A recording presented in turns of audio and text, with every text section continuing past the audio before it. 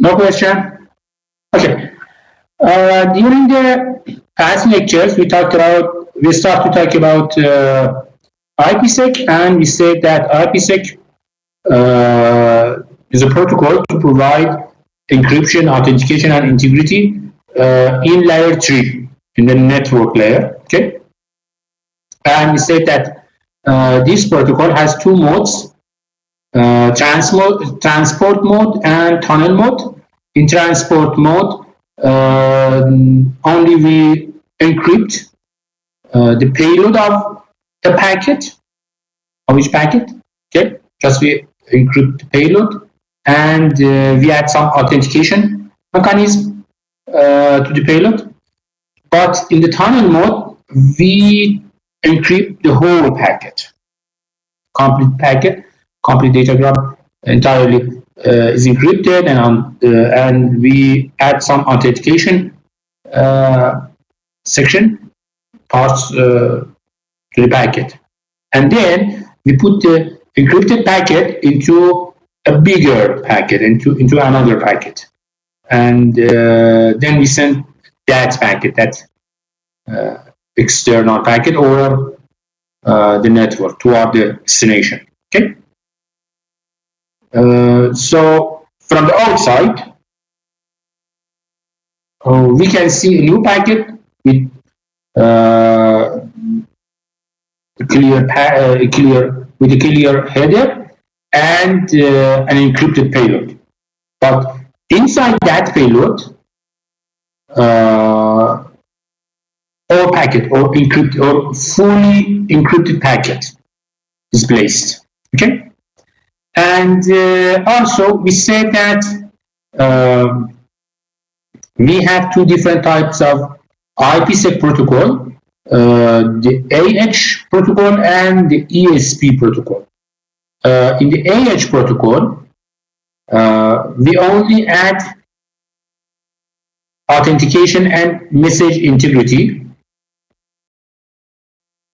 We apply only authentication and data integrity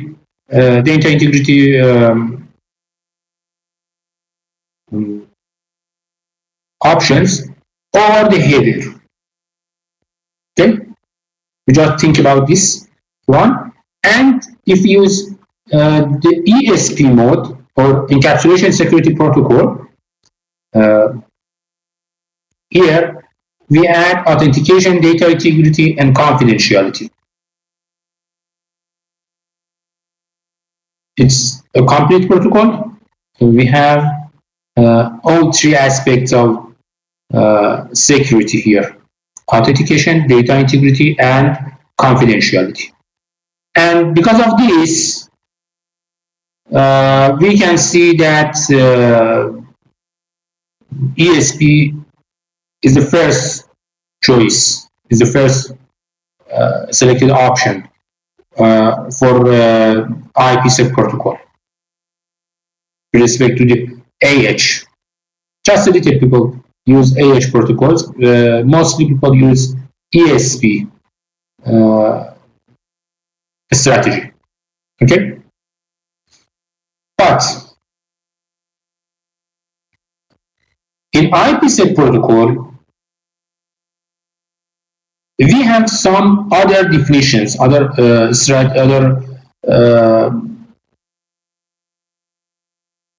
structures and functionalities. We should be clear about them. One of them is that before sending data, we have to establish a security association, or SA, between the sender and the receiver, between both sides of this transmission. Okay, this SA is a directional pass between the sender and the receiver. Okay, but what is this association, this security association? We use this security association to keep the state information about the IPsec transmitted data. Okay,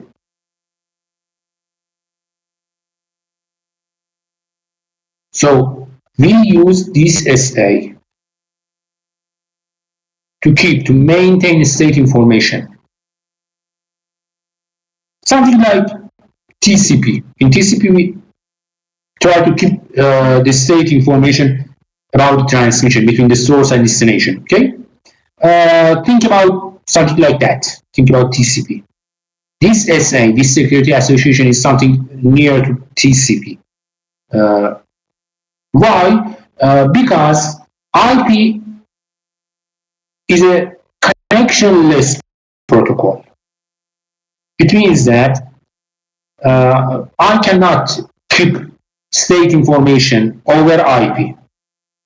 But here I need it. I need these state information. Okay. So firstly, we set up a security association, and then we send information over that association. So we can say that, okay, IPsec is a connection-oriented protocol.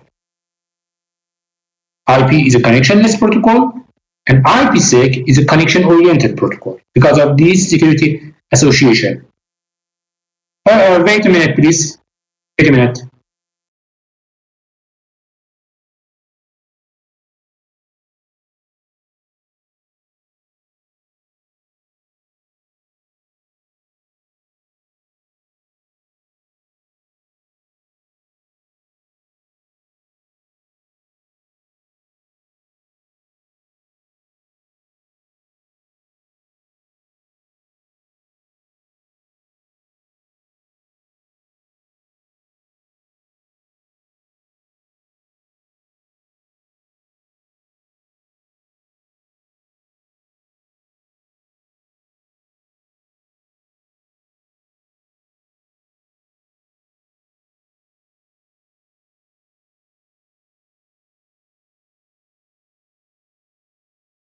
For the interrupt. Okay, so we need this association.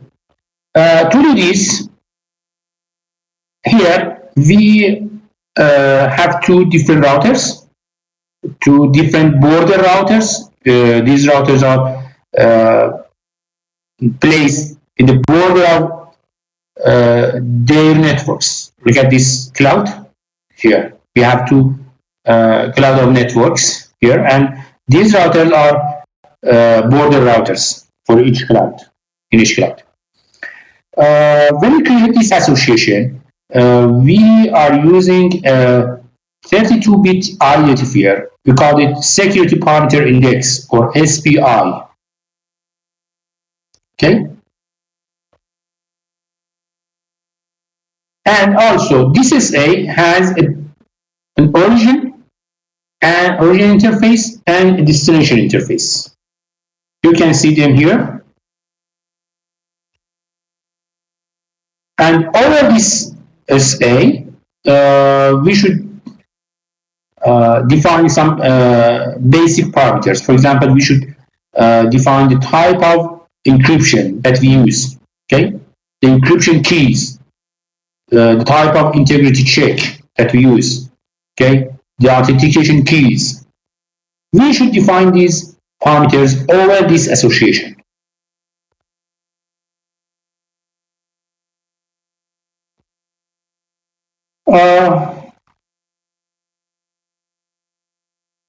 Here you can see the ESP tunnel mode. Tunnel mode ESP here. Look at this one here. This is the original packet, original datagram payload, IP header and payload here. And because of ESP, we add a trailer here, a header here. We add this header in pink here, and a trailer here in green. In the ESP header, you can see the ESPI, in the SPI. We talked about the SPI. We said that this SPI is security, is a 32-bit security identifier. And also you can see here a sequence number, and in trailer you can see pad the pad, some pads, some padding length, and next header. What is a pad? If all packets here, the size of all packet is lower than a threshold, the size of original packet is lower than a predefined threshold, we add some pads to the packet to enlarge the size of the packet. Okay, so we use pad or padding to enlarge the size of the original packet. If the original packet is short, it's not long, its length is lower than a predefined threshold, we add some pads. But how much? Here, we use the pad length here. This pad length shows that how much pad I add to the packet. Okay. So here in green, you can see the original encrypted packet, and also you can see the ESP header and ESP trailer, and also here in yellow, you can see ESP authentication parameters. Yes. If there are some fields, some authentication fields, you can find them here in this section yellow. For example, you can use the MAC authentication strategy here, stage authentication strategy, with some shared secret keys. Okay, so here I can see an encrypted message, I can see the authentication section, and I can see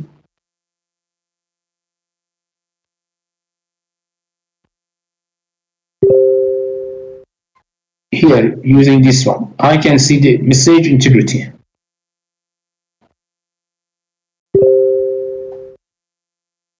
So it satisfied all of those required parameters for encryption, for integrity, and for authentication. And as I said, in tunnel mode, I should put this fully encrypted packet into another one. So here, in white, you can see a new IP header. It means that I put my encrypted message, encrypted payload, encrypted header, encrypted packet into a new packet.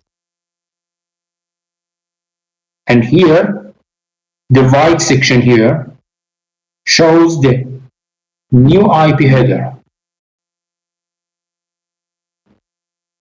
for the new packets. And then we can send this packet over the internet to our destination.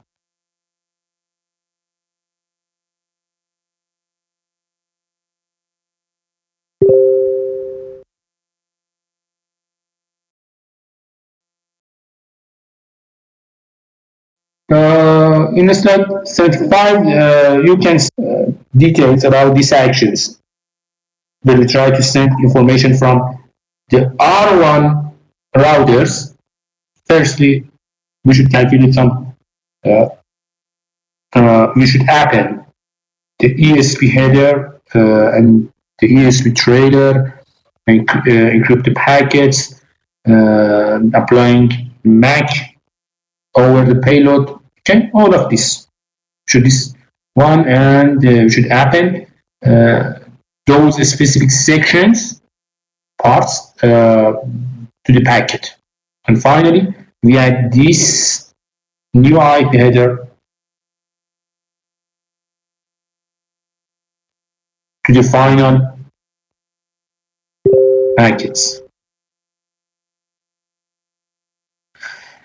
But when we talk about here when we talk about this encrypted packet, you can see a sequence number part here. But what is this? Why we need a sequence number? This sequence number can help us to keep the order of sending packets. In the receiver, I should arrange those packets and put them in their original order. Put them in their original positions. But how? The answer is easy. Using sequence number. So just I should look for sequence number, check the sequence number, and put find the position for that packet. Okay.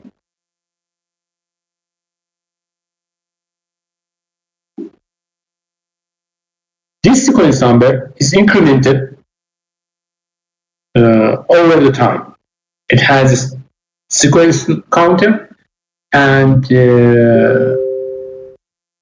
after sending each new packet, this counter counts. And the new value is assigned to the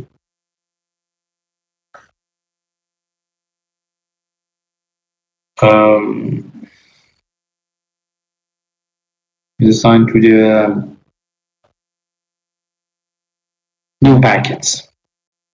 Okay. Why do we use these sequence numbers?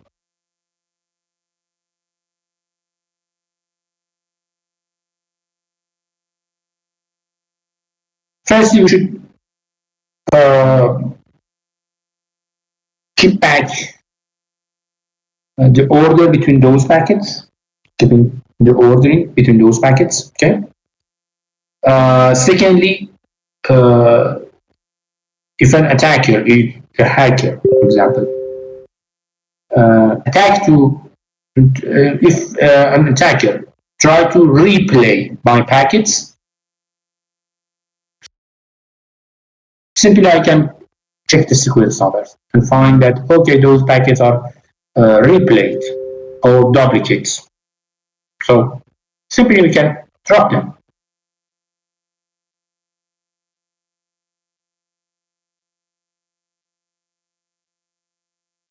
Okay.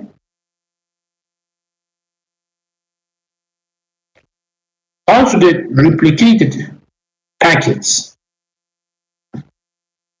may have some authentication problems.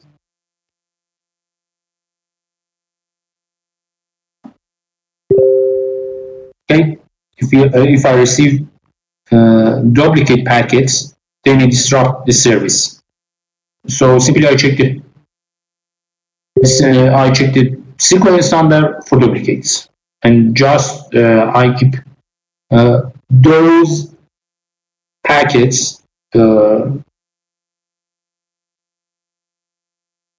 are received correctly and not duplicated. Okay. So simply instead of keeping track of all received packets, just I should check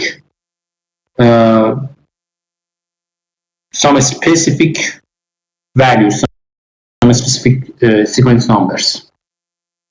Simply I use a window and I say, okay, the packets, the sequence number of packets in this window arrives to the destination or no.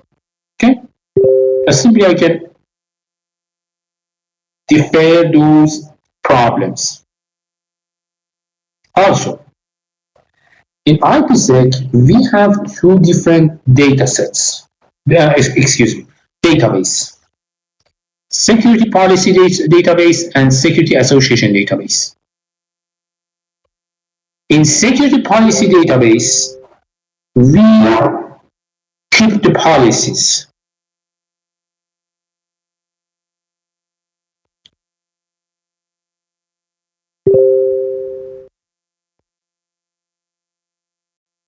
When we try to send information, the sender should be aware. It needs to be aware about the policies to send information over IPsec to our destination. Okay? We need these policies. We should define these policies. And these policies are stored in security policy database.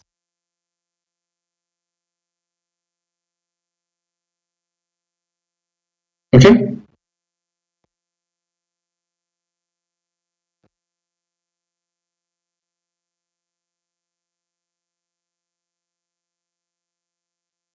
So according to those policies, we are acting to send information. We send information, okay, to our destination. So, for example, I can say, okay, for this specific destination, use, for example, ESP with tunneling mode.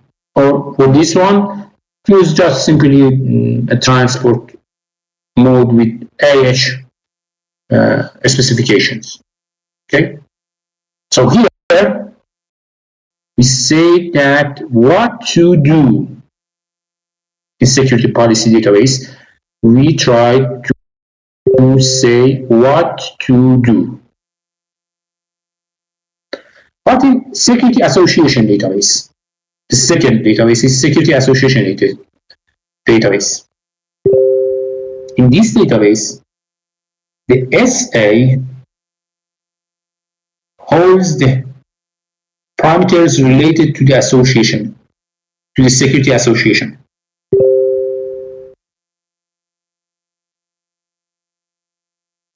When a router wants to send info, for example, when router R1 wants to send information to router R2, okay, those information should be written in the security association database.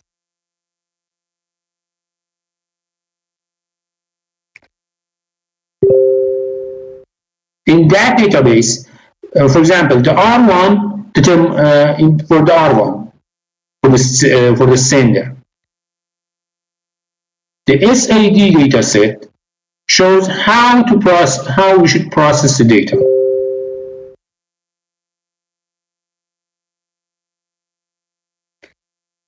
And in the receiver side, again, the R2 can find how it should process the received IPsec datagram. Okay, so using security association database, we can define that how to do.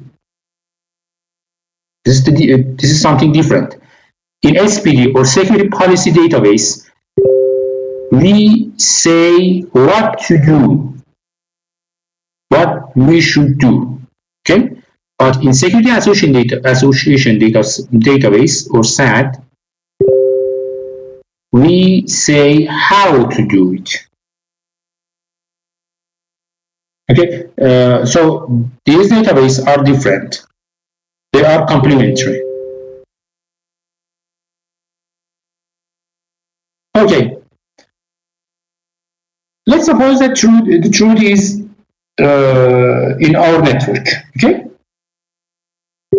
the truth is somewhere between the R1 and R2. Okay. Here, in this case, Trudy does not know the keys. The authentication keys, the confidentiality or encryption keys.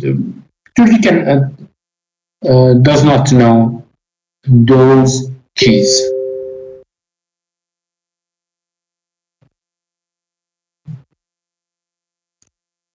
So, what Trudy can do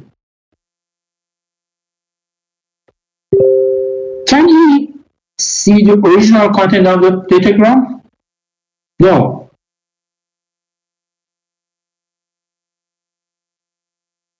If we encrypt the original content in the data in the payload, we cannot see the original content.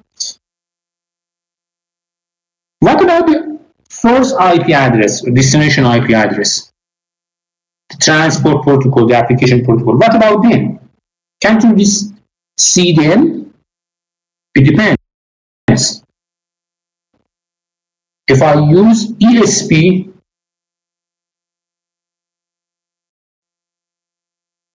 we cannot. The truth cannot. But for example, if I use the AH or the transport mode, the truth can.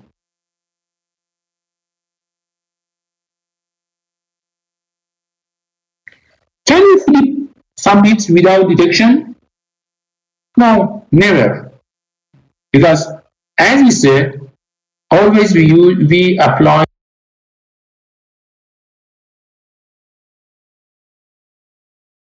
some authentication strategies here. Can't you really use the IP address of, for example, R1 to send some information to R2? Again, no, because of using, for example, because of using sequence number, using authentication mechanism, that is impossible. Can't you replay the datagram? Again, no. Simply we can check the sequence number here and remove those duplicated packets. So it's not simple for Trudy to enter or to hijack or to break the security mechanisms. Okay. But let me talk about something else. Internet key exchange. Just a moment, please. Wait a moment.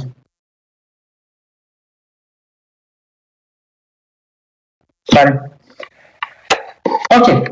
We try to hijack, we try to break the security mechanism in Ipsec. And one of the best way to do this is finding the keys. So, for breaking the keys, okay? So let me talk more about the structure of those keys and their exchange strategy in Ipsec. Okay. In the previous example here, we said that okay, R1 and R2 are establish an Ipsec SA between themselves to send information. For example, you get this one here. For example, the SPI is 1, 2, 3, 4, 5, something like this. This is the source IP address, this is destination IP address. The protocol is ESP. The encryption algorithm is triple this with CBC. CBC means that we are using a chain block. Chain block means that I'm applying, for example, a triple this, and at the end of triple this, when we get the results, okay, we can send those results, and also we catch a copy of that results, we bring it to the first step, and we will XOR the new arrived data with these results. In other words, I have some newly entered information, entered data, and I have the result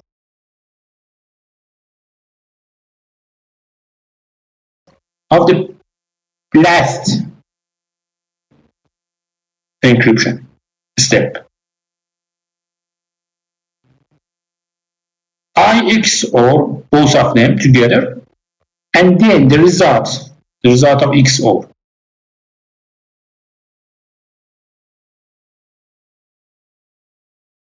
would be applied to triple this.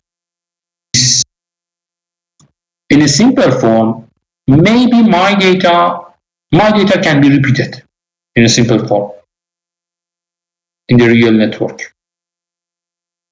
Okay? My data can be repeated in a real network. So we use this strategy, this chaining strategy, to prohibit such situation.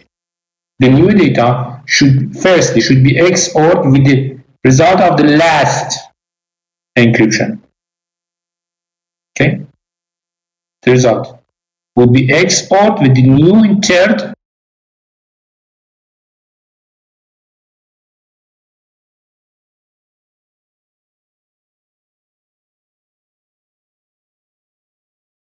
data, and then the result would so we just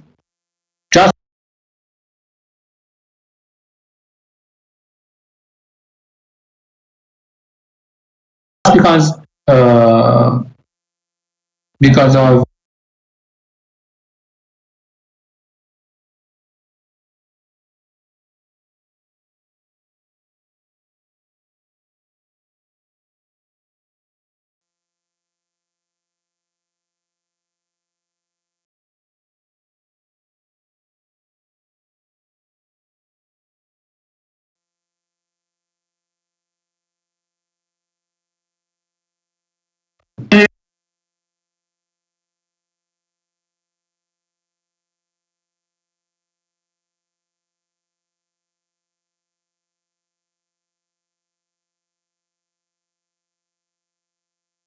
my connection. Okay.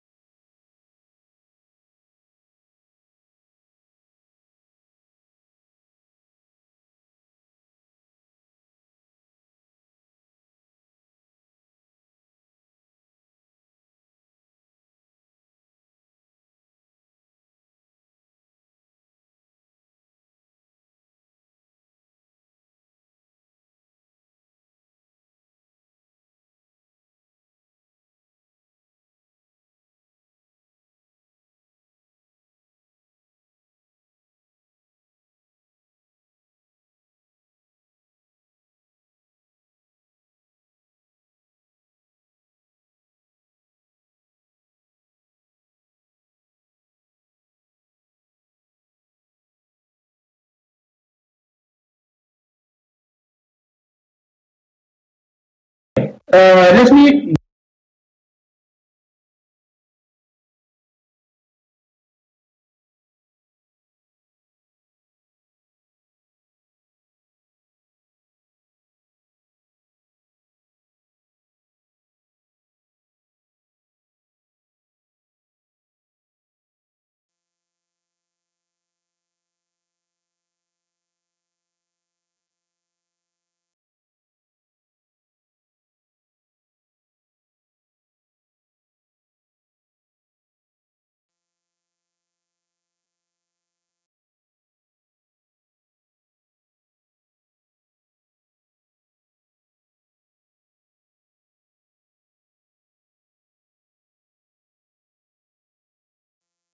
Okay. Okay. This.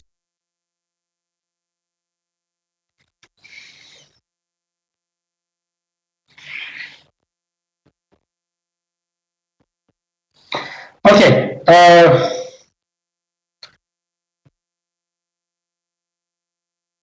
What is CBC? CBC means that after finishing each step in encryption, for example, I entered some data into triple disk, a block of data into triple disk, and it finished the encryption. Okay, I will receive an encrypted text, an encrypted message. Okay. For the next round, I will return this encrypted message to the first step, and the encrypted text will be XOR with the new entered data. We do this, we apply this because we try to remove the possibility of repetition, because in network encryption, whenever we repeat the entered data, if we apply some new data multiple times, if we apply a simple data and a specific data to the encryption strategy multiple times and receive similar outputs,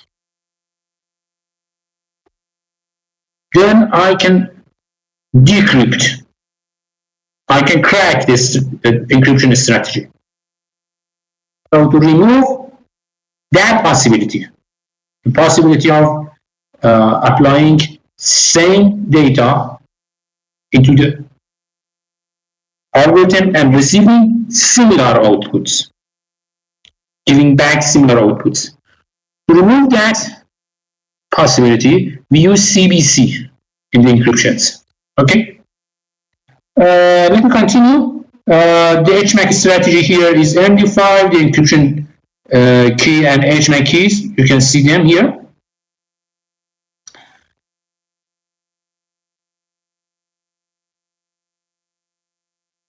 Manually,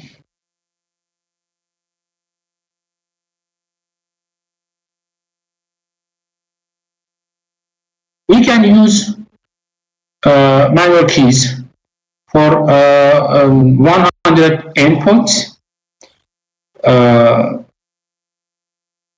Maybe yes, maybe no. We can use them. Okay. We can assign some different encryption keys for to different endpoints. But for example, for 108 points, it's not easy. I have put too many efforts to apply to define those keys for the endpoints, for different endpoints. So instead of this strategy, instead of applying the keys manually, we can use the Ipsec IKE or the Ipsec Internet Key Exchange strategy. It's a better idea.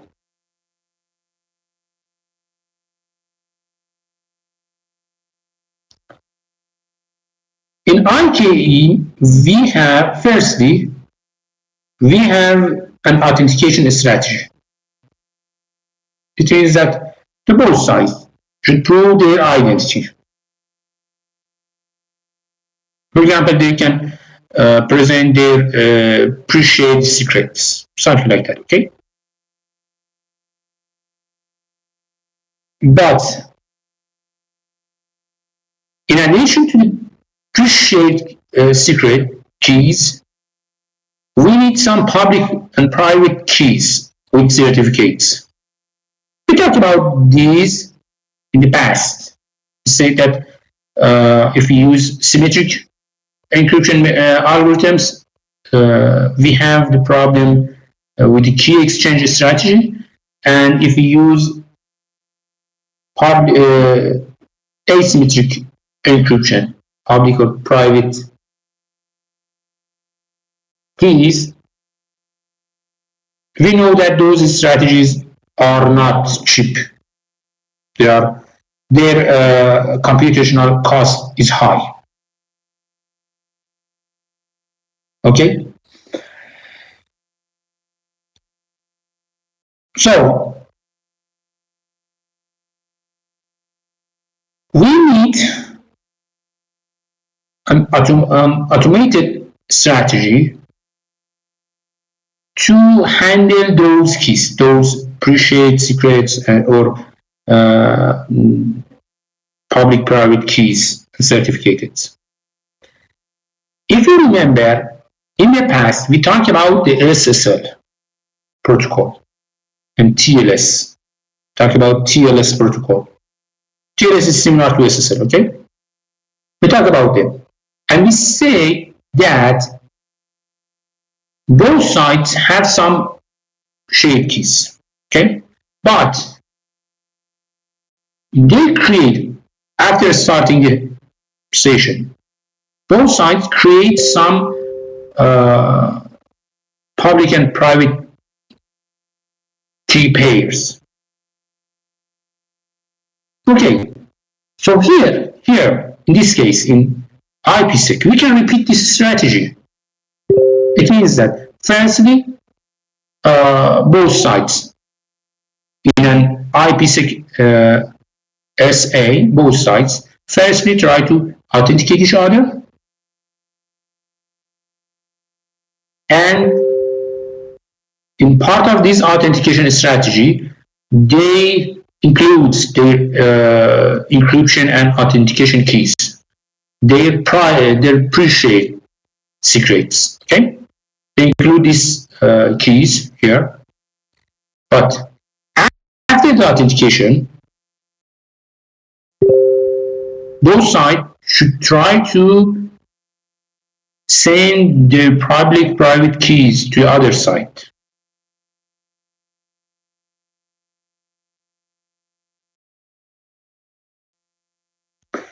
And as I said, the SA is a directional connection. It means that if R1 and R2 try to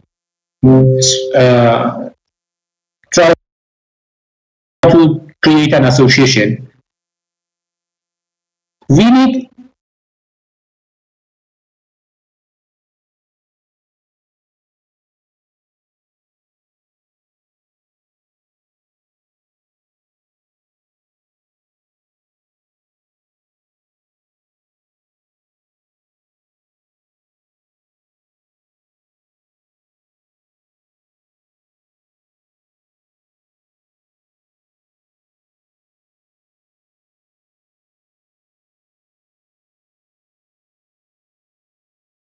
more about these phases.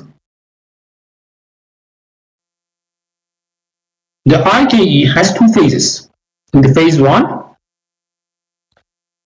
firstly, both sides should set up a bidirectional IKE SA.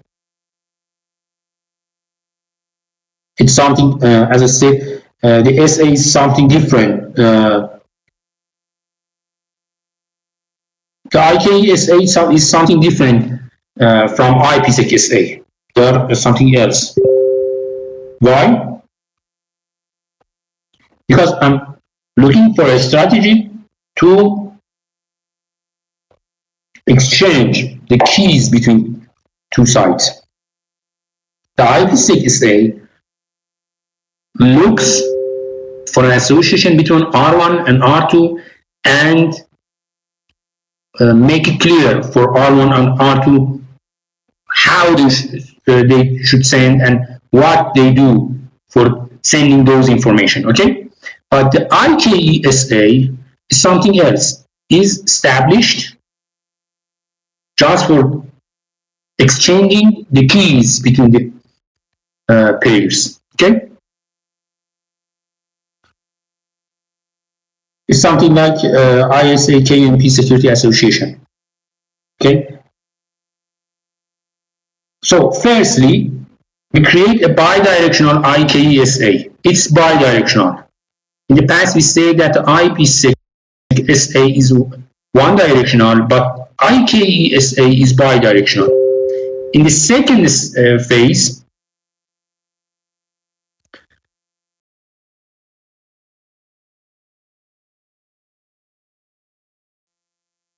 after creating that ISA-KMP Security Association, so securely, those pairs negotiate together. Okay. Also, in the first phase, we should make it clear that we have two different modes in the first phase. Okay, when we establish a bidirectional IKESA, we should make it clear we have two different modes: an aggressive mode and a main mode. In the aggressive mode, we use just a few messages, fewer number of messages. But in the main mode, we send more messages, and clearly we identify the protection strategy here. We provide identity protection, and the main mode is more flexible than the aggressive mode. Okay, so we should clearly define these modes here. Okay, so firstly, if I try to summarize the IPsec, firstly, I create an IKESA to exchange secret keys, SPI numbers, and some other algorithms and values between two pairs. And after that, those pairs can establish an IPsec SA. It depends. I can use the AH protocol or the ESP protocol, maybe both of them. Okay. If I use AH protocol, it can provide integrity and source authentication for me. But in ESP protocol plus AH, I can receive integrity, source authentication, and additional encryption capabilities. Okay.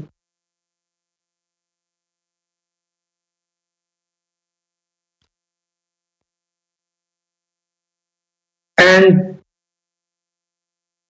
the last statement for this section is that I'm talking about two IPsec pairs. What are those pairs? Those pairs can be two AN systems. It can be two routers or firewalls,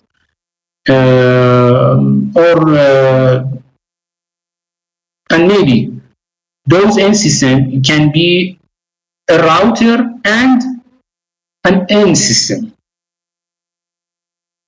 So we have two different tiers: two AN systems, two routers, switches, or firewalls. Not switches, because switches placed in layer 2. Two routers or firewalls, or one router or firewall and plus one AN system. We can apply this. We can choose one of these strategies to apply our IPsec. This piece shows domain of my Ipsec protocol. Okay. Let me talk about the security in wireless and mobile networks. In the past chapter, we talked about wireless networks. Before talking about this part, please go to, after the class, go to the LMS and find the new project. Project number 3 is defined for the for chapter 7. After the class, you can go to the LMS and read more about it, and ask me if you have any questions. Okay. Okay. We talked about wireless networks in chapter 7, and we said that in wireless environment, we are using wireless medium. It means that I cannot prove that nobody can hear my messages, my packets. Nobody can sniff my sending information. I cannot prove, because I'm using a wireless or air as a transmission medium. So authentication and encryption is very important in wireless networks. It's very important in wireless networks.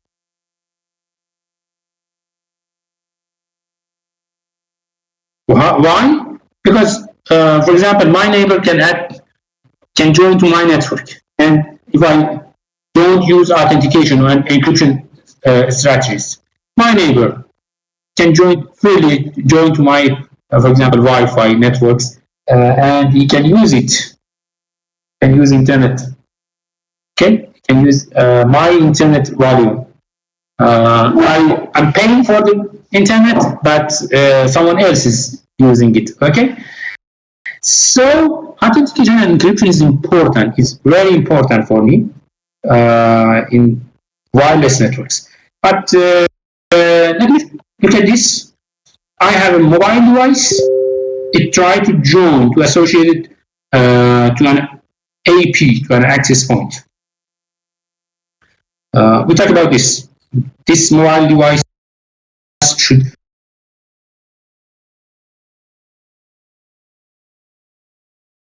first, they should associate it with the AP over a wireless link. Okay.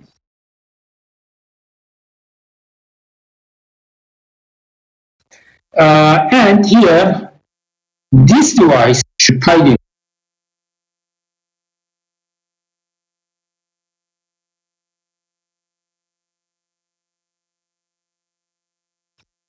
Okay. Sorry, my link is not good. It's not healthy today. Sometimes I lost my connection. Sorry for that. Okay. So, as I said, this mobile device should prove its identity to the access point. But how? Here, this access point, as we talked about this access point is connected to a wired network. In the wired network, I have an authentication server or an AES.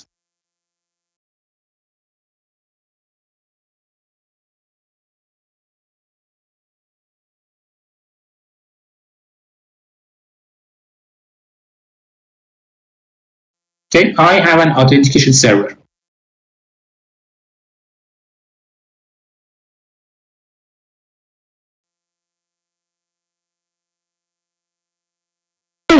To each capabilities of the network. So the IP presents itself.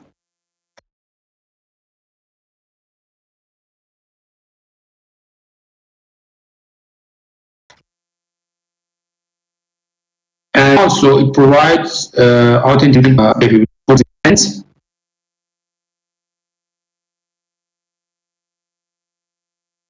My device requires for a specific form of authentication and encryption.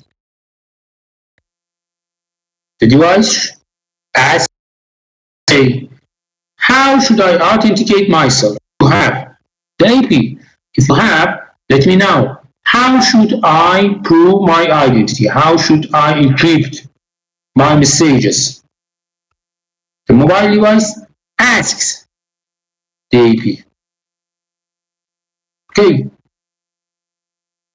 Let me know what form of authentication you have. What form of encryption should I use? I should use, okay?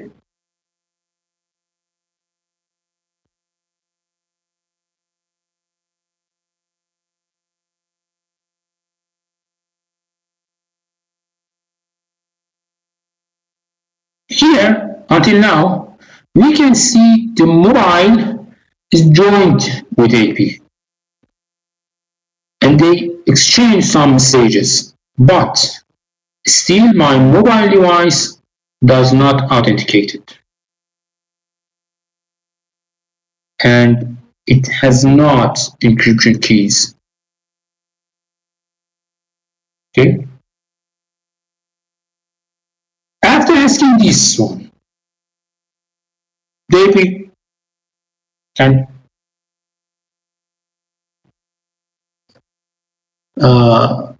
would reply about the information, and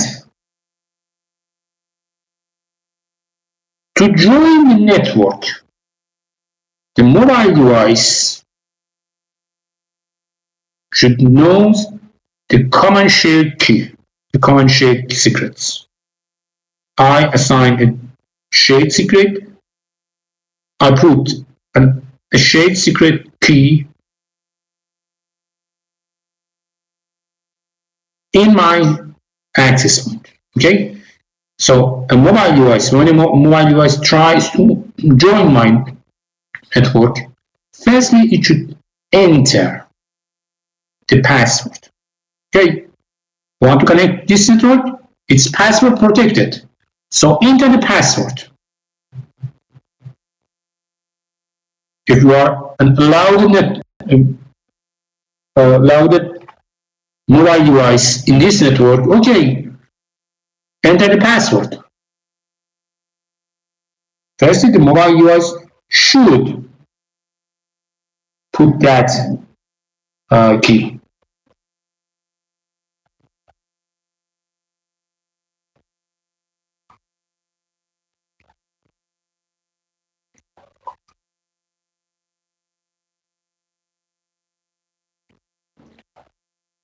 Also, with this shared key, the mobile device uses nonce too. Why? In the past we talked about nonce. We said that we use nonce to prevent replay attacks. Okay? So the mobile device uses the shared secrets. It uses a nonce, and also it uses a cryptographic hashing strategy. Why? Because of authentication. To ensure about the message integrity and to authenticate each other.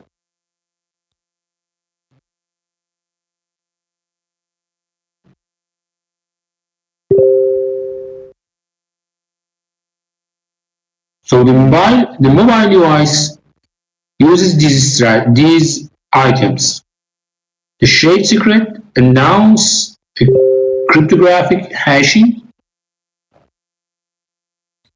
They can send them to the authentication server. But at the same time, the mobile device drives the symmetric session key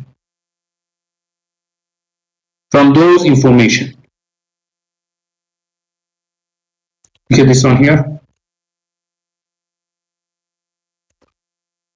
Here, there are several authentication mechanisms in wireless network. One of the latest version of those protocols is WPA3. When we use WPA3, there are several other protocols. Okay, one of them is WPA3.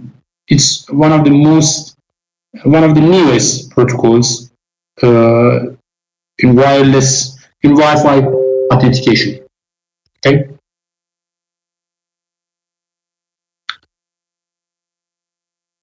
Here you can see the authentication server sends announce to the mobile device, and both of them, look at this one, both of them has the shared secret, the password. Okay, both of them has their initial shared secret. The SA sends announce to the mobile device,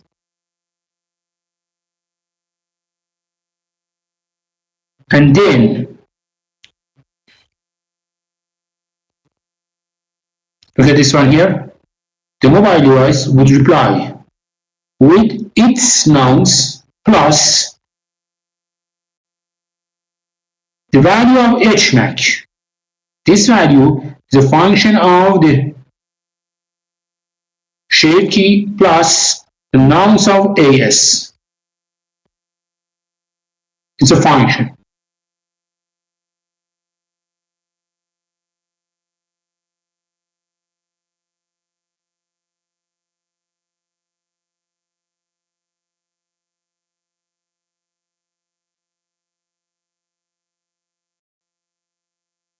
And in the other side, in authentication server in AS, you can see using the shared secret, the initial shared secret, using the nonce of AP,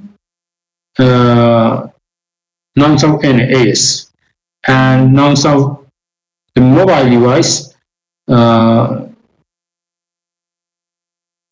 AS drive the required keys. And at the same time here, using the nonce of AS,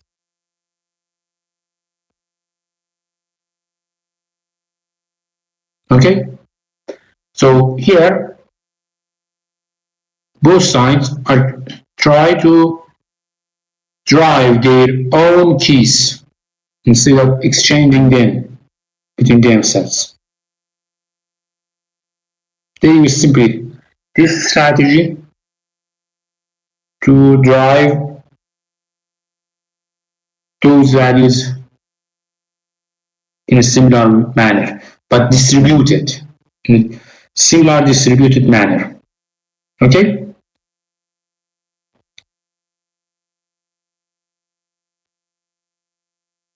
But look at this one here. The mobile device and the AS, both of them, are trying to drive a session key. We call it K of M and P. This key is very important. Why? Because we want to use this key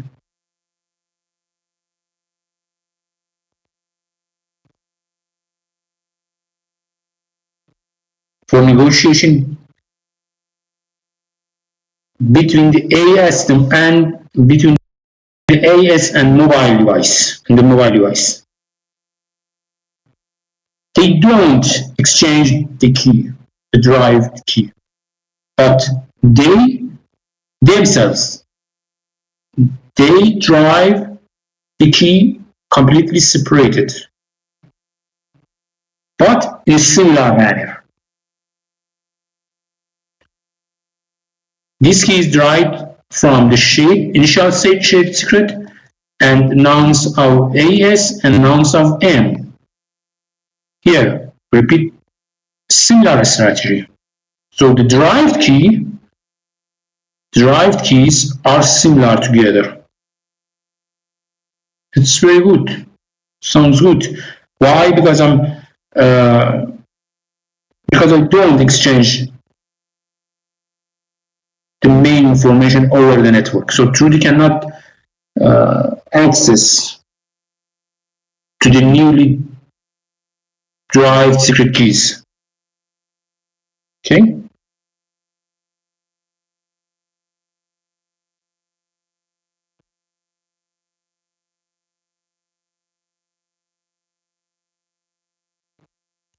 After this key derivation, in the third step, we can use these derived keys to share some other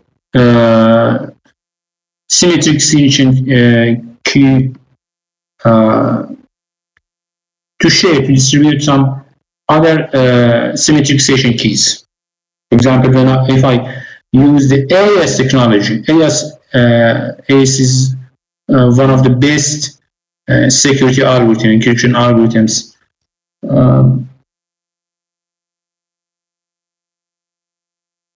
Okay, so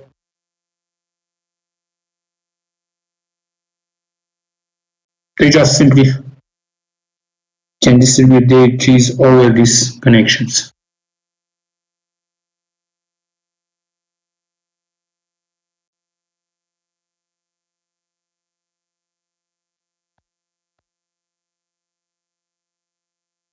And finally, after receiving these keys, these, for example, shared keys, finally, the source can send its encrypted messages over this Wi-Fi channel, over this Wi-Fi platform. Okay.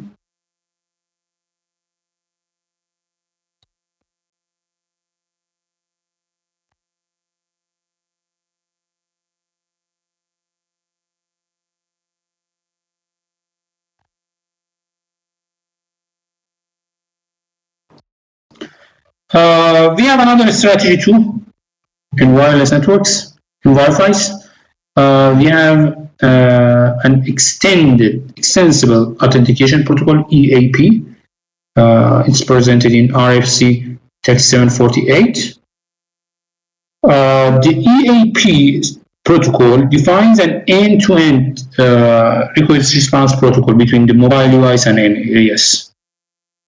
You can see here the EAP TLS is placed in the AP, and over this wireless network, this AP is the gateway. It's a bridge between them.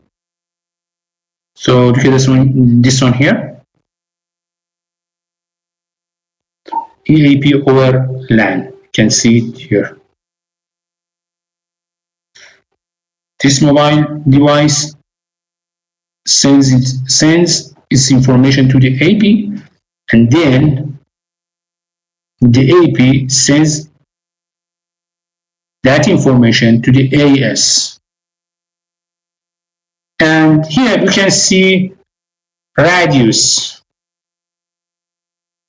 It's one of the main authentication servers. If you are looking for something specific in authentication, you can use Radius server.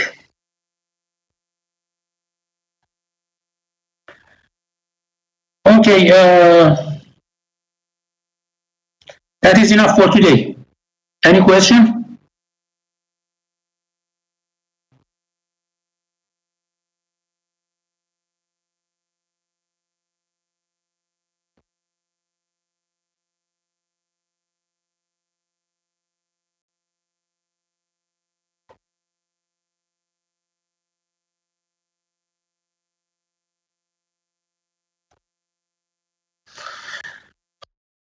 Okay, before ending the class, again, please go to the LMS, to the course web page in the LMS and read about project number 3, working with wireless network. Okay, very soon I will add two more homeworks, one for chapters 4 and the other for chapter 7. No, Zahra, it's not the last. We have one more project for chapter 8, and we have 3 more homeworks for chapter 4, chapter 7, and chapter 8. Okay? And one more exam for chapter 8. And after these items, only it will be remain one final exam for the end of this term, the final exam of this term. Okay. Oh no, project 3. In project 3, as I said in the body of this project, you should choose an area at least 15 square meters. Okay, for example,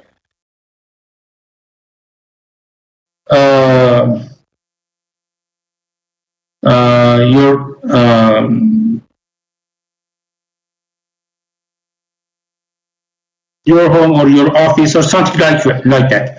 But at least it must have a 15 square meter area. I need this area. I need this limitation.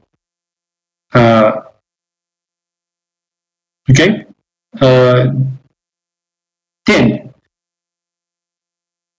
drive that area. Okay.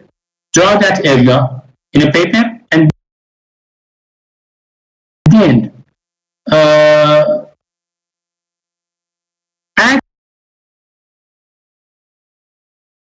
some lines, some parallel lines with distance, and add some more parallel lines horizontally with 1 meter length distance. Okay.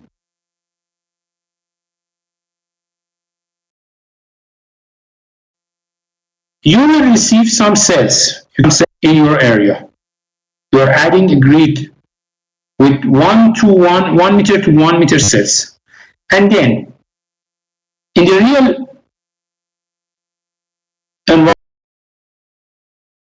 environment, you should stand in the center of that cell, each cell.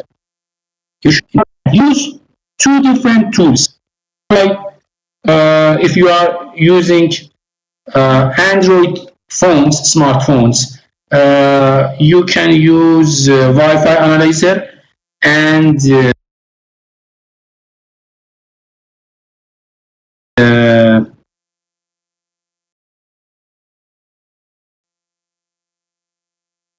you can use there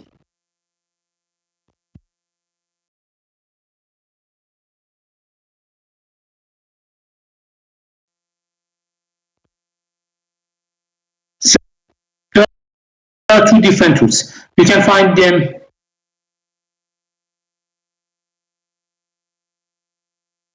Oh, can you hear my voice? Oh, sorry for oh, I'm sorry. My link is not good today. The condition of my link is not good today. No, Hannah. In the third project, the network analyzer, the common network analyzer tools is not good. Are not good options. Use different tools to check the name of access point or BTS around yourself and the received strength, the received signal strength, the RSS of each BSS or access point.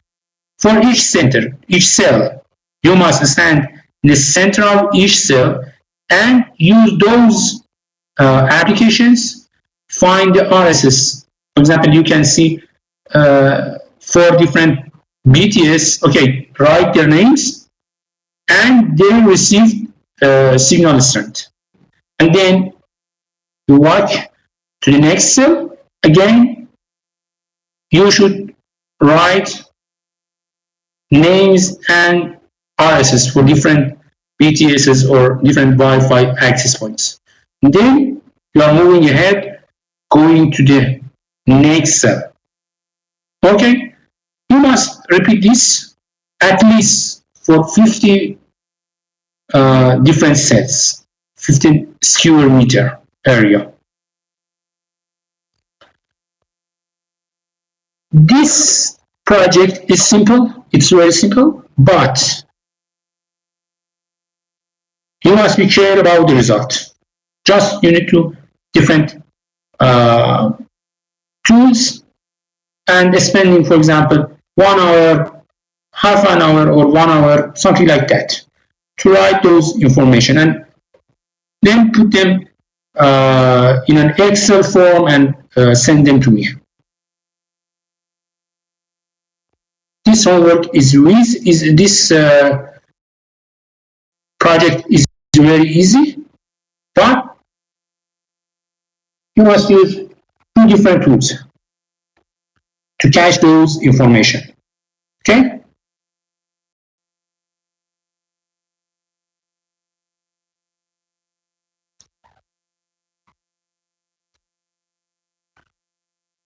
The final exam, after finishing chapter 8, we will touch more about some parts in chapter 5, chapter 6.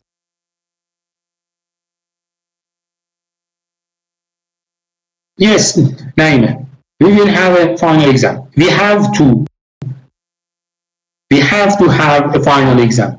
So after chapter 8,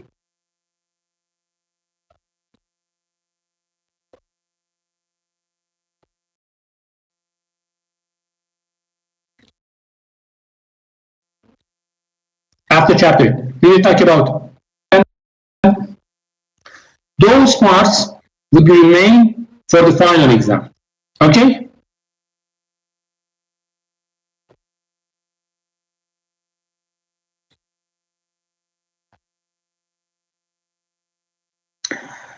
Okay, is there any question?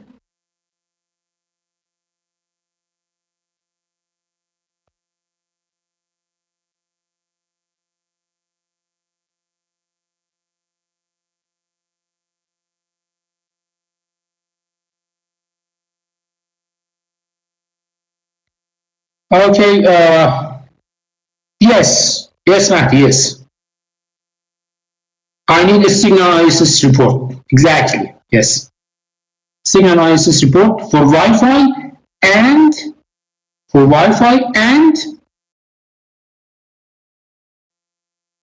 cellular networks. Using Android smartphones, you can use Wi-Fi analyzer for Wi-Fi and cell signal for cellular networks. If you are using Android smartphones, although you can find other tools for Windows. If you are using, for example, Windows laptops, or if you are using, laptop. In the laptop, if your laptop can accept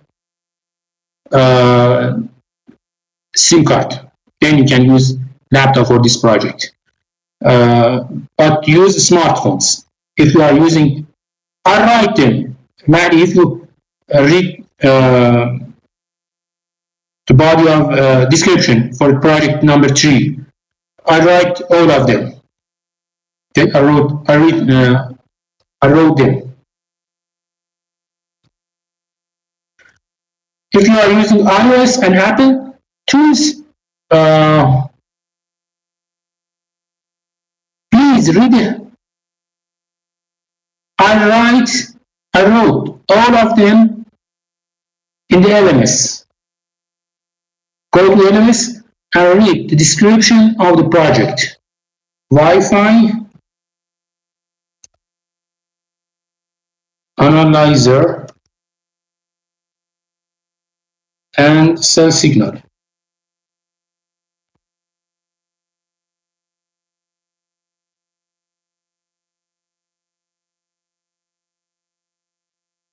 Okay, I have these tools in my cell phone. You can use, maybe you can find some other tools, I don't know. But I'm looking for a signal strength report, for a signal analysis report in Wi-Fi and in cellular networks from your side. Okay. Thank you for joining class. I wish the best for you. Have a good time and bye-bye.